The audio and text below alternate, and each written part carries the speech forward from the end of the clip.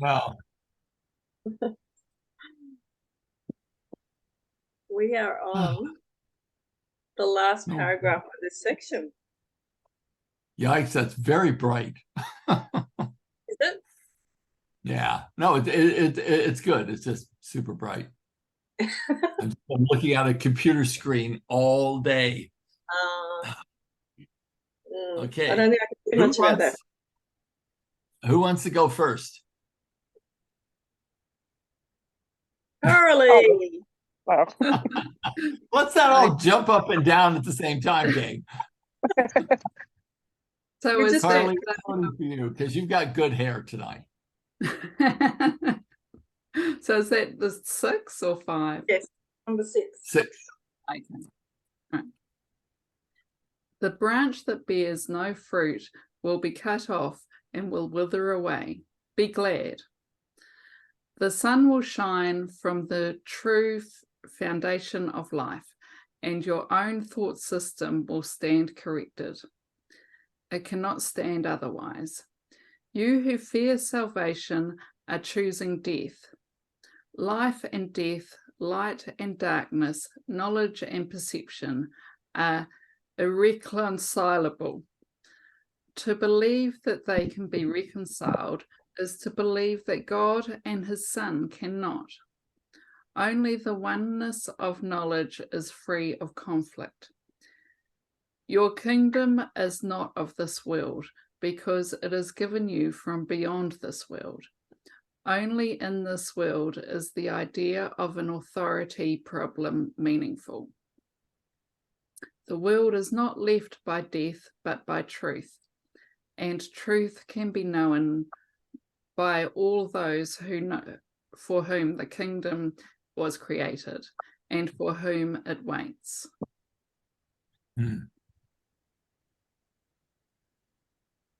Linda and Carly haven't been here for the understanding of the authority problem, Gary. You wanna start with the explanation? Yeah, I think that might help, because that's what this whole section was about. It was called let's just go back and I'll show you what it was called. Creating versus self-image. Oh, that's the authority problem was before that, actually. Creating versus the self-image. Sometimes I find it useful to go back and find out what the title was. Yeah, absolutely, because I don't have a clear recognition. I think it is that of course, our judgment and of course our ego and the sense of separation, we think ourselves the authority, but I may not be accurate. Yeah, and I think when it was first introduced, there was the recognition of the word authority, which actually, is the same as author. So we are creating our own, the power that we give ourselves is we are the authors of that power. And so if we're going to create chaos, then that's what we create. That's our story. That's what we're authoring. So that becomes our authority problem. That's how I kind of read it. Yeah, it's very much like how people will create their own reality based upon the beliefs, the decisions that they've made, and of course their life experiences. They believe that they see the truth about creation, and they call themselves or we all do this. We call ourselves the authority. Like, my belief is absolutely true because I believe that from certain experiences, and then I have accumulated other experiences that prove that my original belief is solid as a rock. How many of you on the call have beliefs that you feel is irrefutable? Like, men suck, men can't be trusted, money scares. I'm not really connected. Yes. I'm not really governed by this creative force called God. There is no benevolency that's actually watching over me. I have fear because I feel like I'm alone. I mean, we are loaded with authority problems, and we deem our creation to be that when it's not. And what the Course is fundamentally saying is, you're not an authority on fundamentally what you've made up about the world, because what you've made up about the world is based on a separated mind. Therefore, you don't see reality, which is there is no separation. Sure feels like separation, but there is no separation in the reality of it all. So that's kind of what the authority problem is. Is that the beliefs and the filters we see our reality through is not true, but we claim it to be. Who'd like to give up their authority problem? Sometimes I like to hold on to bits of it. Oh, I know. I was working with a client the other day and they were like, I can't believe how God has brought me this shit show of a life. And I'm like, I don't think God brought that to you. I think you created it.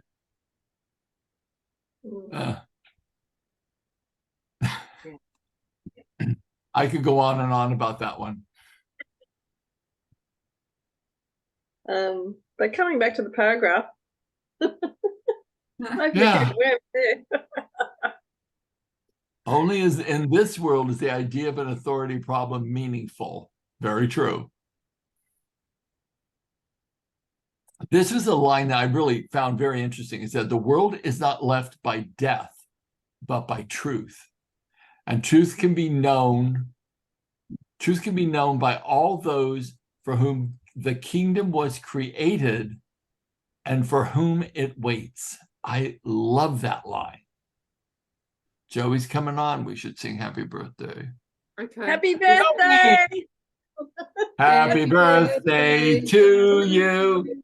Happy birthday to you.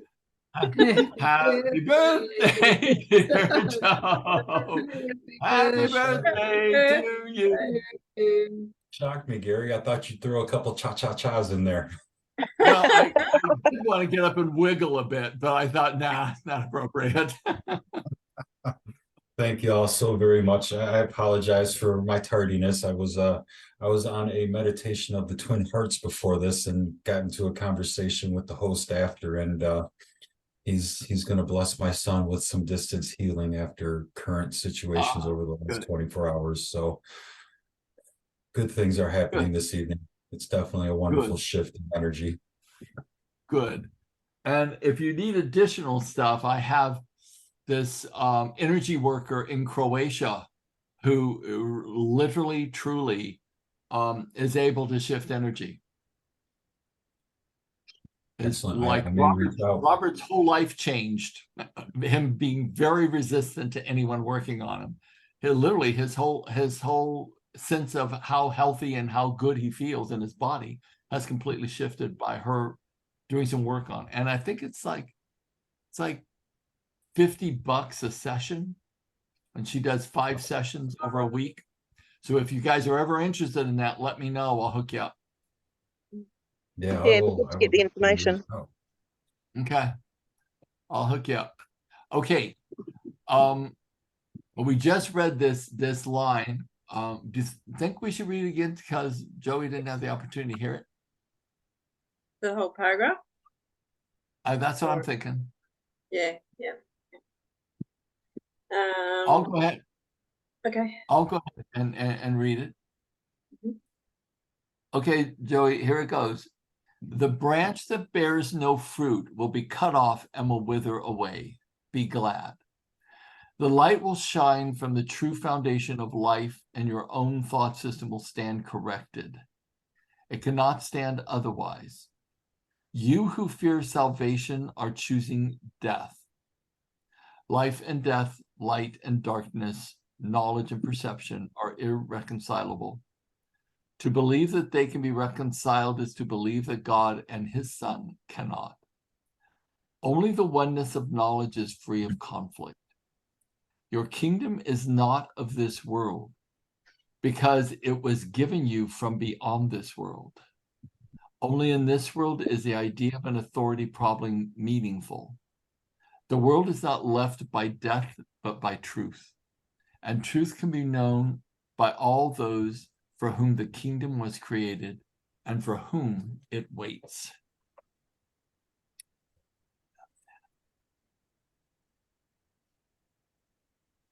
Does anyone have any questions about this particular paragraph? I'm just thinking the kingdom must be very patient to be waiting for us all. I know. Because I have moments, but they're only moments. I want to get that tattooed on my body somewhere.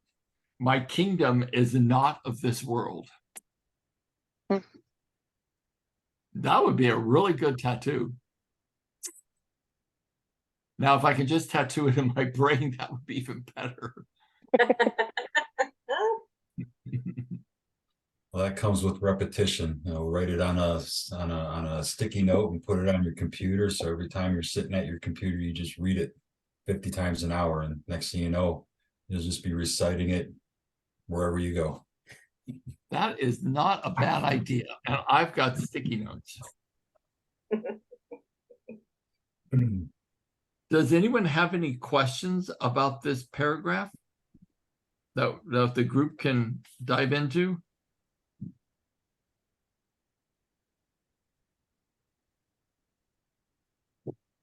It's got beautiful imagery. It's pretty clear for me, anyway. Yeah, it was for me as well. I think it's stunning, to tell you the truth. Okay, It's funny. it's I think the ones at the end of the sections make more sense, but I guess that's the process of going through the section. Yeah, we'll keep building on. Cool. Chapter 4. All right. Linda, did you want to read this one? Sure. The Bible says that you should go with a brother twice as far as he asks. It certainly does not suggest that you set him back on his journey. Devotion to a brother cannot set you back either. It can lead only to mutual progress.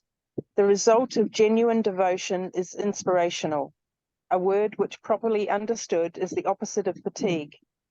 To be fatigued is to be dispirited, but to be inspired is to be in the spirit. To be egocentric is to be dispirited, but to be self-centered in the right sense is to be inspired or in spirit.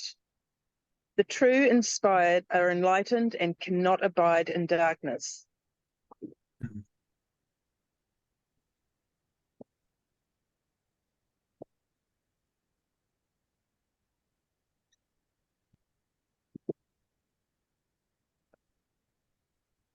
Well, that's loyalty, isn't it? Yeah.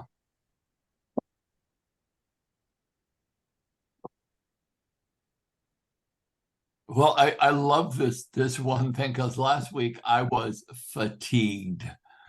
And I in myself, I'm thinking, what was I devoted to last week that got me to that place? And I think I know what it was. So, how many of you have ever been devoted to your fear?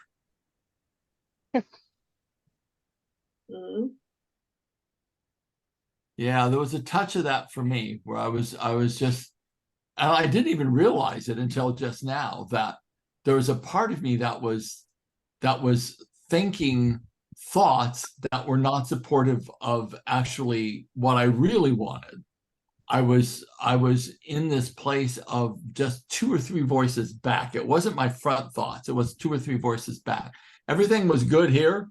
And the second voice back was like, nee, nee, nee, nee, nee. So I think that's what caused all the fatigue for me. That's what really hit me over these last 24 hours is the fear of, oh my Lord, is this really happening?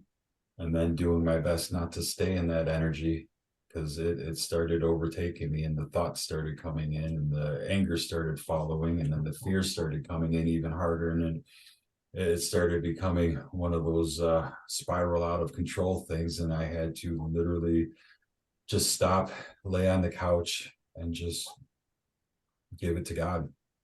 Just please take this from me. Don't allow me to stay in this emotion. This is not where I want to be. And it took a minute this time, but it started helping around 2 a.m.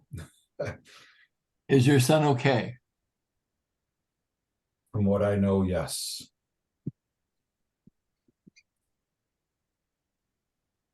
Is he incarcerated? No. V, you want to pause the video for a second? Yes.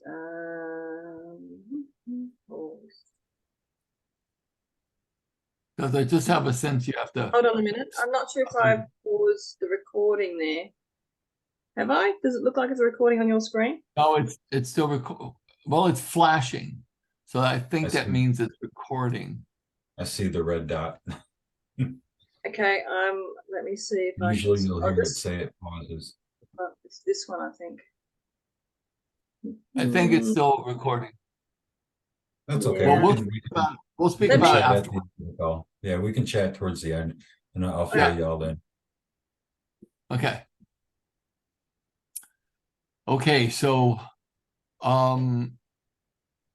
V, you want to go next? Yes. So number 2. You can speak from the spirit or from the ego, as you choose. If you speak from spirit, you have chosen to be still and know that I am God. These words are inspired because they reflect knowledge. If you speak from the ego, you are disclaiming knowledge instead of affirming it, and are thus dispiriting yourself. Do not embark on useless journeys, because they are indeed in vain. The ego may desire them, but spirit cannot embark on them because it is forever unwilling to depart from its foundation.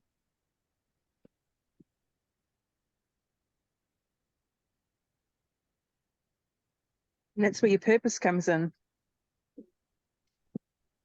Yeah, and I think I know from experience that uncovering your purpose means dissecting the ego and kind of letting that separate like curtains to get to it, and it's not just one curtain. It kind of goes for quite a while, and I'm sure there are still more curtains to go before the true purpose is unveiled, because we make things so complicated.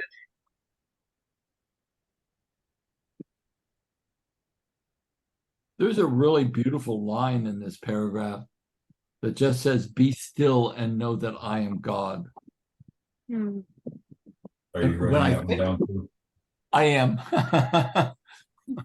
So when I think of that, I think of myself speaking. When I say, "Be still and know that I am God," that really like lifts me up. Does it do that for anybody else? My hand's raised. Yeah, it really lifts me up.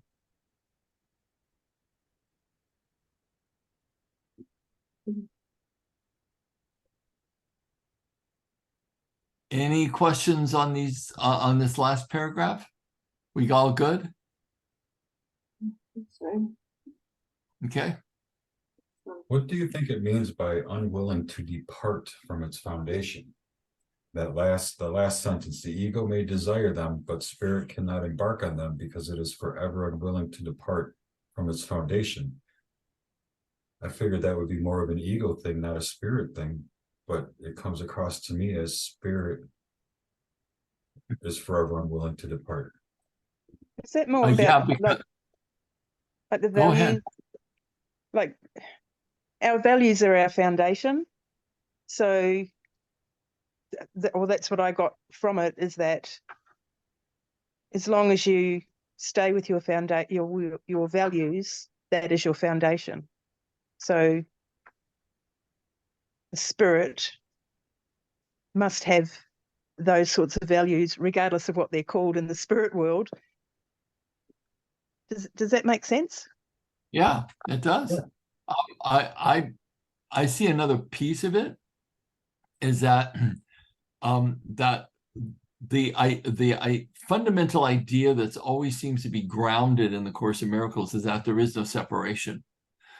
And so if we take that and assume that what they mean by the foundation is that there is no separation, there can't be authority conflicts, and you can't speak from the ego because there is no ego in reality, and the spirit cannot embark from them because it is forever unwilling to depart from its foundation, and that would be that there is no separation. I think it could be all those things combined, but that's what I took away from it. Mm. Does anybody else get anything different or the same or complementary or completely different?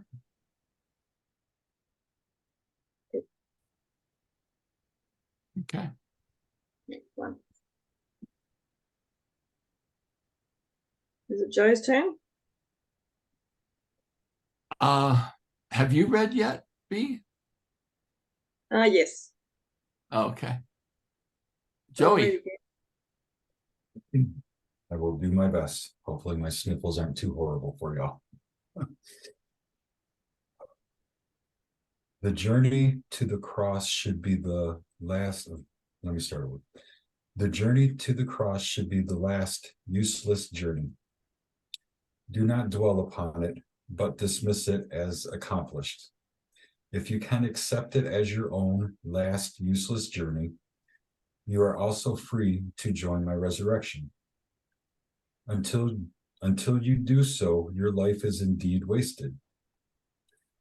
It merely reenacts the separation, the loss of power, the futile attempts of the ego at reparation, and finally the crucifixion of the body or death. Such repetitions are endless until they are voluntarily given up. Do not make the pathetic error, or pathetic, is that pathetic? Yeah, pathetic. Yeah. Do not make the pathetic error of clinging to the old rugged cross. The only message of the crucifixion is that you can overcome the cross.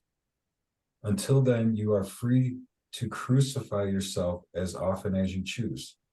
This is not the gospel I intended to offer you. We have another journey to undertake, and if you will read these lessons carefully, they will help prepare you to undertake it. Well, Well, this is the first time the crucifixion's been mentioned.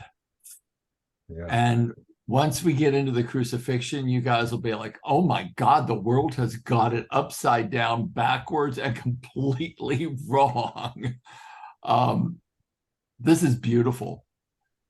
Could we read it again? Because I kind of spaced out for a minute. I went somewhere for some reason. Would you like me to read it again? I would love it, Joey. All right. The journey to the cross should be the last useless journey. Do not dwell upon it, but dismiss it as accomplished. If you can accept it as your own last useless journey, you are also free to join my resurrection. Until you do so, your life is indeed wasted. It merely reenacts the separation, the loss of power, the futile attempts of the ego at reparation, and finally the crucifixion of the body or death. Such repetitions are endless until they are voluntarily given up. Do not make the pathetic error of clinging to the old rugged cross. The only message of the crucifixion is that you can overcome the cross. Until then, you are free to crucify yourself as often as you choose. This is not the gospel I intended to offer you. We have another journey to undertake, and if you will read these lessons carefully, they will help prepare you to undertake it.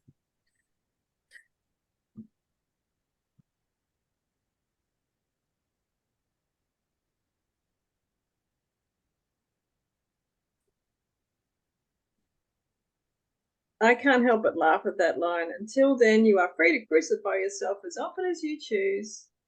It's like, Yep. and for me, that means letting go of other people as well. Let them crucify themselves. If that's what they want to do, that's their journey. And I've had to learn that. That's been very hard. And it's still sometimes like, can't you see what you're doing? But you just have to let them go. And Yeah. You know, it's very interesting to me. I've done my best to not listen to the news too much because it's pretty horrific. And what just happened in Israel, and you look at that and you think, you know, you can have a thousand different judgments about it. And then you sit back and go, you know, it's not my journey, thank God. And at the same time, these individuals who are, or Israel is really suffering right now. There's not just a little bit of violence, there's extreme barbaric violence. And at the same time, you read this and you go, wow, it's like it is their journey. It's not my journey, it is their journey. And if we were to really look at no separation, that God doesn't make errors, that if it's their journey, that there must be something encased in that journey that is meant for that particular soul to learn. Now, I can't wrap my head around the violence. I really can't. But when you read this, it kind of lowers my angst around it. Does that make sense to you guys? Or are you guys like, oh, shut up, Gary? it makes That makes complete sense. sense. Yeah. But Um, it's interesting that this has come up in the news because, you know, it's a state of violence over there all the time. And it's not all one way. In fact, it's usually the other way. So, you know, now the Palestinians are being funded by someone else. And but it's been violent since forever. Forever. That spot just creates so much tension. And it's in the one of the most sacred cities and structures in the world. One of the most, other than in Iran, with, or is it Saudi Arabia? Saudi Arabia for the Hajj, and Mecca. You know, that's the only other sacred site where people flock to and consider like the most incredibly sacred place. And then we have the Temple Mount in Israel, where both Muslim and Jews and Christians all flock to. And yet the violence is all around. Is that It's the why. fight between the ego and the spirit? That is the absolute conflict between the ego and the spirit. I remember the master would always say, the darkest ring is always right around the light. Always. So I've been doing prayers for people in Israel today because, yeah, it's pretty bad there. I love this one line that says, do not make the pathetic error of clinging to the old rugged cross. So I'm curious, what do you guys think the old rugged cross is? The old concept of Jesus died for our sins and we should all feel guilty and eternally, immortally grateful. What do you think the old rugged cross is? That's how I'm interpreting it, but I don't know what everybody else is interpreting it as. I haven't read the Bible, so I'm not sure that I can really comment on that. Thanks. Anybody else have any insight into what we think the old rugged cross represents? No, I just think you're right there. Yeah. I guess it's kind of people want to see Jesus as the victim because this is what happened to him, but that's not how he saw himself after reading this kind of text, is that you know, it was, as it says, his last useless journey. And also, you know, the present day Christianity began 300 years after the death of Christ. Constantine was attempting to square the uprisings between the pagans and the Christians. So Constantine took the pagan god Dionysus, who died for your sins, born of a virgin birth, and rose from the dead, and made Christ Dionysus, which then appeased both the pagans and the Christians. And they created this, please don't, I hope I don't offend anyone, but they created this narrative that is really based on paganism. And they made Christ into a pagan god. And now what we've been force-fed all these years is you should be sinful, be fearful of a vengeful God, because he gave his only begotten son who died for all of our sins, and you should be eternally grateful that that occurred. And it's not true. I was actually Not going to, I was going to be very blasé about that and just say somebody could see they're going to make a whole lot of money out of it, and that's exactly what they've done. Well, it's the Roman Catholic Church. The Roman Empire through Constantine created it.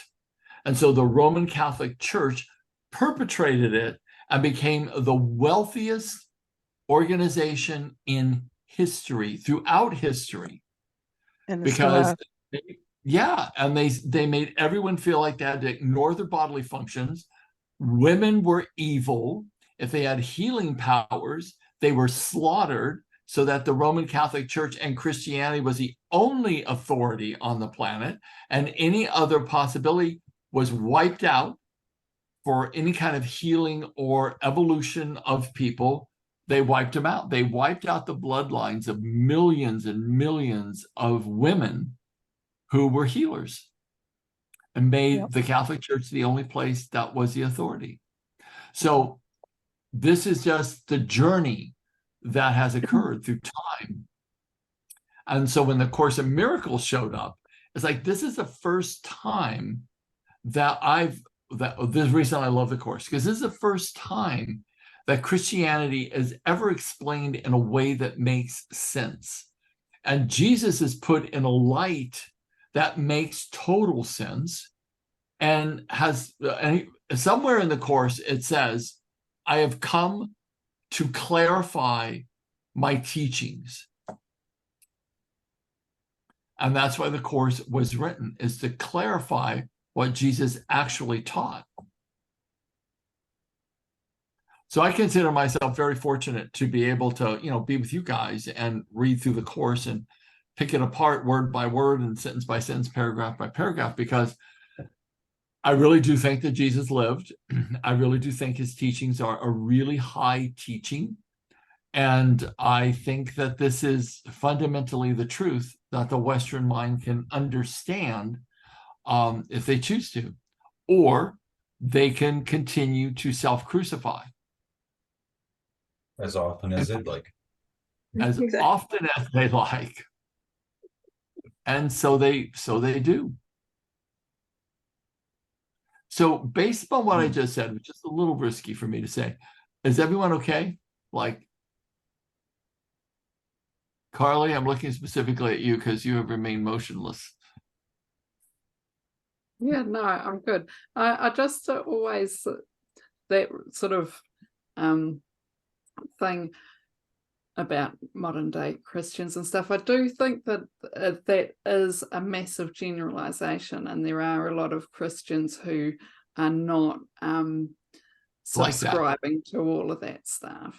And I know, because I learned from some Christian people, like and I probably have told you this already, but the word for virgin was the same as the word for unmarried woman. It meant the same thing. So Mary was an unmarried woman, not that she was, actually a biological virgin. God. That didn't happen till 300 years later. Well, it was very interesting you say that, because 5 minutes before we started, my neighbor, who is probably the truest Christian I have ever met in my life. This guy is like literally like a saint, and I am not joking. When him and I talk, we spend most of our time crying and talking because the connection is so profound, and I love this guy so much. And he just lives 3 doors up, and a golf cart came into my driveway, and I'm like, who the hell's that? And then all of a sudden, he's knocking on my office window, telling me to come out. So I went out and had a quick conversation because I haven't seen him for a while because he's been up in Minnesota. And just the sweetest man that ever existed. And he lives the teachings of Christ. He lives this unequivocally every day. He lives it. So you're absolutely right, Carly. He's left many churches because they're prejudiced and they're dark and they talk about separation a lot, and he just gets up and leaves. But he goes and worships like he does, and he's a lovely, lovely, incredible person. There are handfuls all over the world that are really, truly living Christ's teachings. Okay. That could be any religion. Any religion, Islam, Buddhism, any of them. Some of the best people I've ever known are Muslim. Kindest, sweetest people. What were you saying your thoughts were on the old rugged cross? Because reading the next line, the only message of the crucifixion is that you can overcome the cross. Well, how I interpret it was clinging to the old rugged cross is clinging to the idea that Jesus died for your sins. And you should feel guilt and you should feel shame, and that Jesus died for you. And what it says is the only message of the crucifixion is that you can overcome the cross, which in my opinion, you can overcome the illusion of what we've been given as far as the teachings of Jesus. Now, I could be wrong, but that's what I get. Okay. And then the next line says, until you are free from clinging to that idea, until then, you are free to crucify as often, you crucify yourself as often as you choose.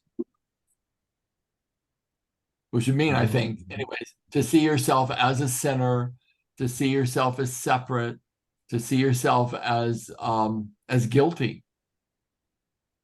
I remember when what was the movie? There was a movie that came out by Mel Gibson around the crucifixion, and people would go to it and literally stand up hysterically crying and in like massive amounts of guilt for Jesus, in their minds, dying for their sins. So that would be self-crucifixion.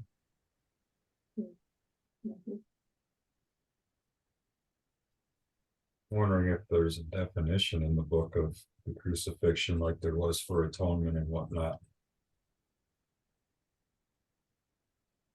It's there are some clarifications of terms right at the back, but there aren't that many of them.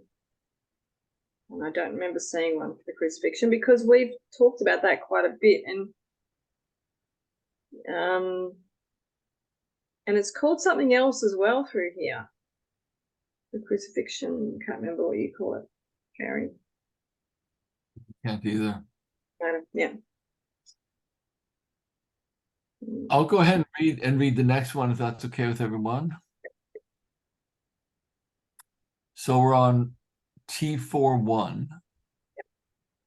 A good teacher clarifies his own ideas and strengthens them by teaching them.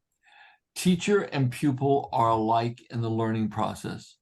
They are in the same order of learning, and unless they share their lessons, conviction will be lacking. A good teacher must believe in the ideas he teaches, but he must meet another condition. He must believe in the students to whom he offers the ideas. That's beautiful. Mm. I don't know if there's any clarification needed on that.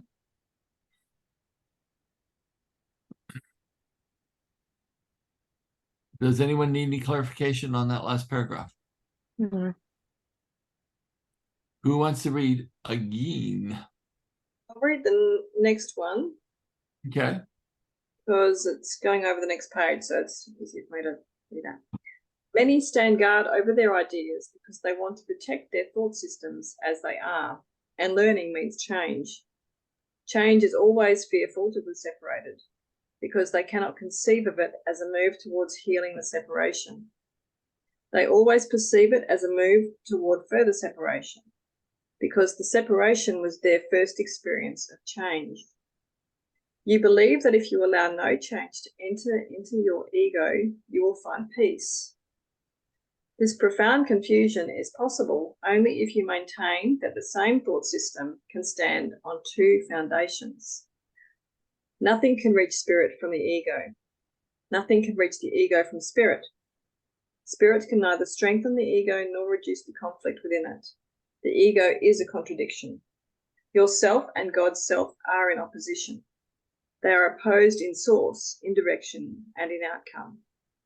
They are fundamentally irreconcilable because spirit cannot perceive that the ego cannot know. They are therefore not in communication and can never be in communication. Nevertheless, the ego can learn, even though its maker can be misguided.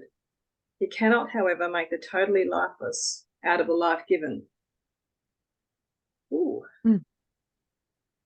That's a lot. that's a lot. Oh, its maker can be misguided. He cannot. Which way? Sorry, tell me. Do you want me to go I'm back to just the beginning? I'm just reading this last line. He cannot, however, make the totally lifeless out of the life given. Remember the Huna model of consciousness, the Hawaiian model of consciousness, where you have the Uhane, which is the conscious mind, the Unili Pili, which is the subconscious mind, and then the Kane, which is the soul. And they would say that the conscious mind can impregnate or imprint the subconscious mind, but it has no communication link to the soul, which is the conscious mind is the ego, is the authority. But the subconscious mind can communicate to the soul. The soul can communicate to the subconscious, but not directly to the conscious mind. So this just said the exact same thing, which I found really interesting.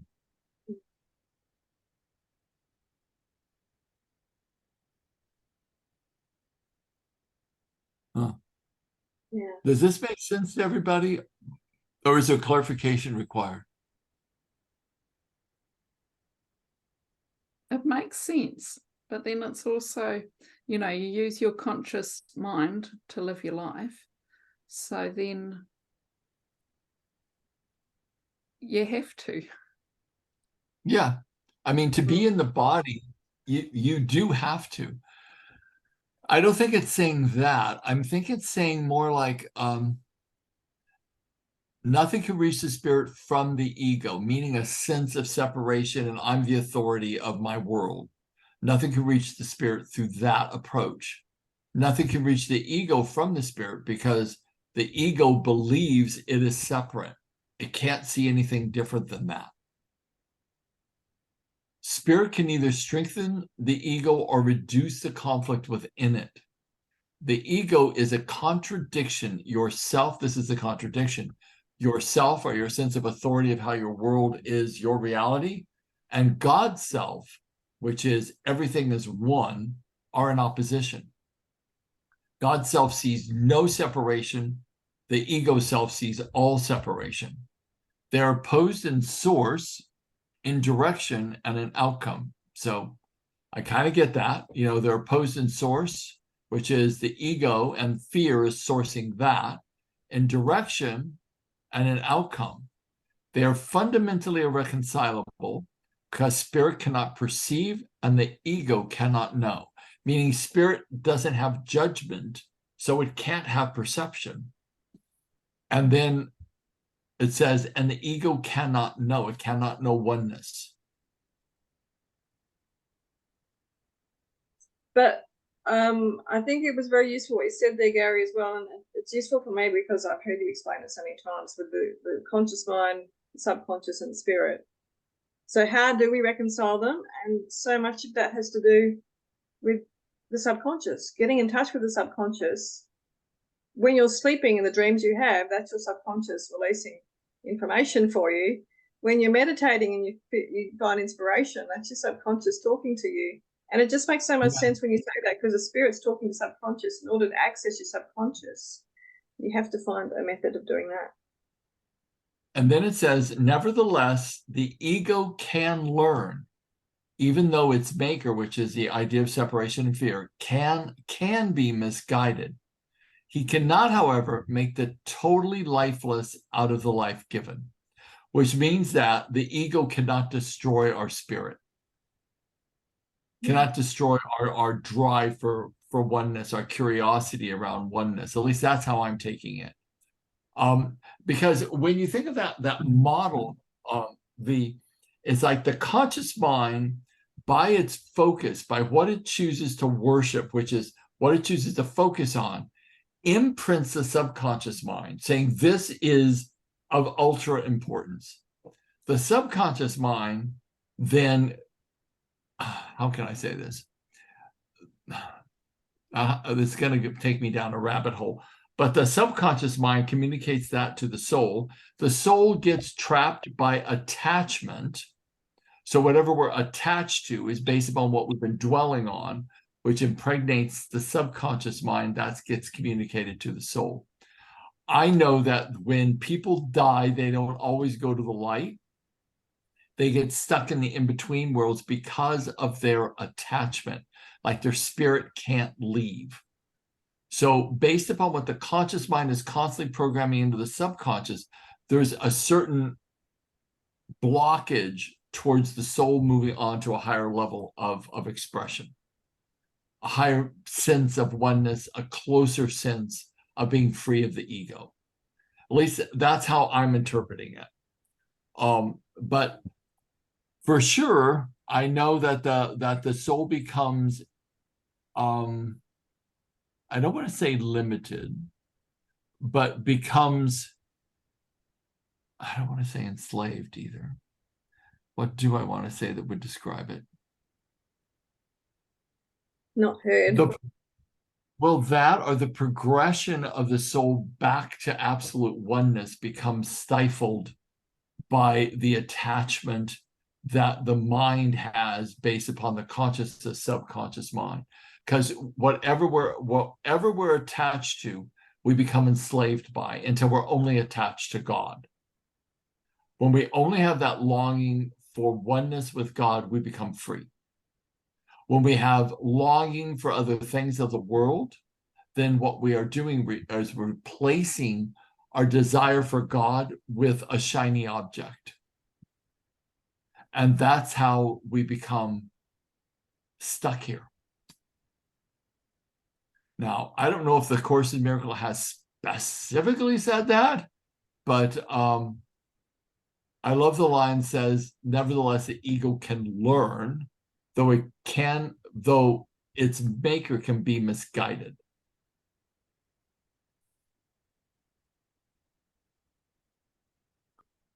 That's my takeaway from it. You guys may have a different interpretation. Does anyone have any other insight that you could add to that? Or do you think I'm crazy? You're not crazy. Or maybe we're all crazy. Maybe that's I what we're like to think supposed to we're be. all crazy. Everyone wave at the crazy man in green in the back of Carl Lee. Oh, I kind of feel like that last sentence.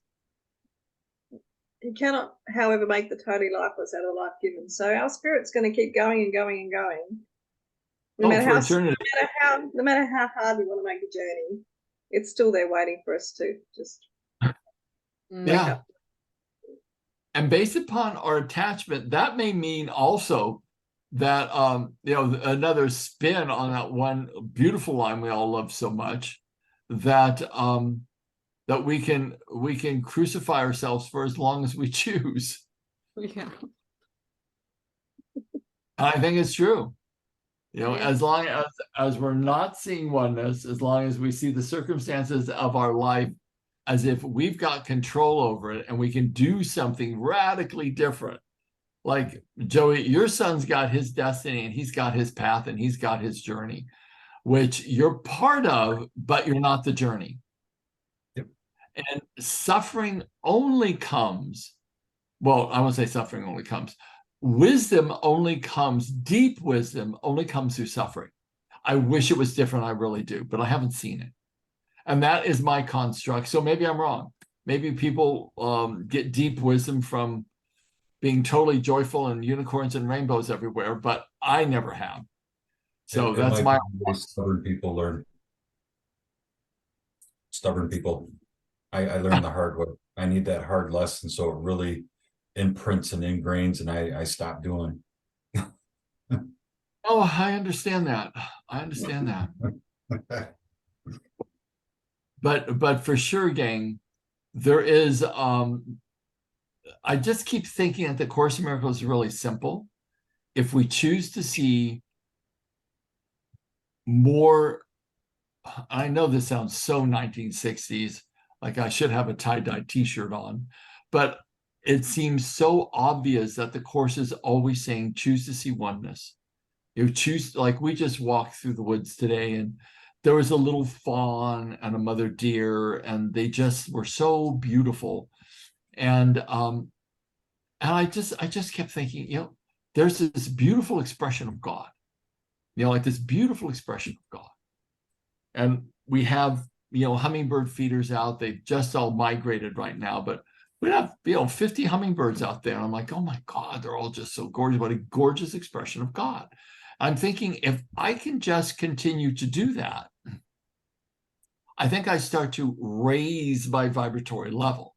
Now, the trick is doing it with people who I consider or who I have judgment on for their behavior that I don't approve of. That is when the rubber hits the road.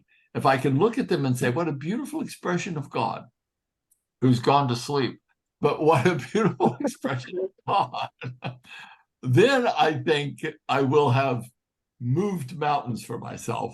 But it's really trying to look at people without that judgment, condemnation. Like I could do it sometimes, but not often. My goal is to do it all the time. I have 8 o'clock straight up. Is that what you guys have? Performance too, but yeah, we'll need to stop. I think we'll need to do number 3 next week. Number 3 next week. Yeah. Okay. Now here's the big, you want to stop the recording so Joey can download? Yes. So I'll stop sharing and then I'll be able to find the little button. There we are. Hold on. That's stop sharing, stop recording.